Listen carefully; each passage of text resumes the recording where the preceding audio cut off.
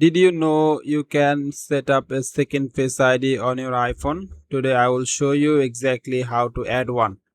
This is perfect if you want to unlock your phone with an alternate look, like wearing glasses or a mask, or even add a trusted person's face alongside your own.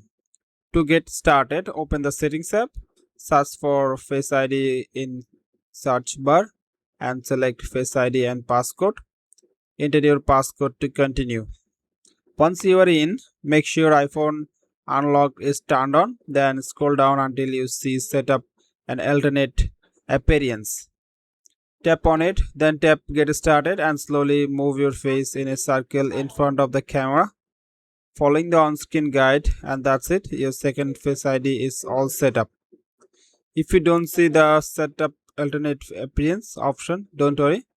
Just tap reset Face ID to remove your current one, then set up your primary Face ID again, and you will be able to add a second afterward. And that's how easy it is to add a second Face ID on your iPhone. Let me know in the comments if it worked for you or if you run into issues.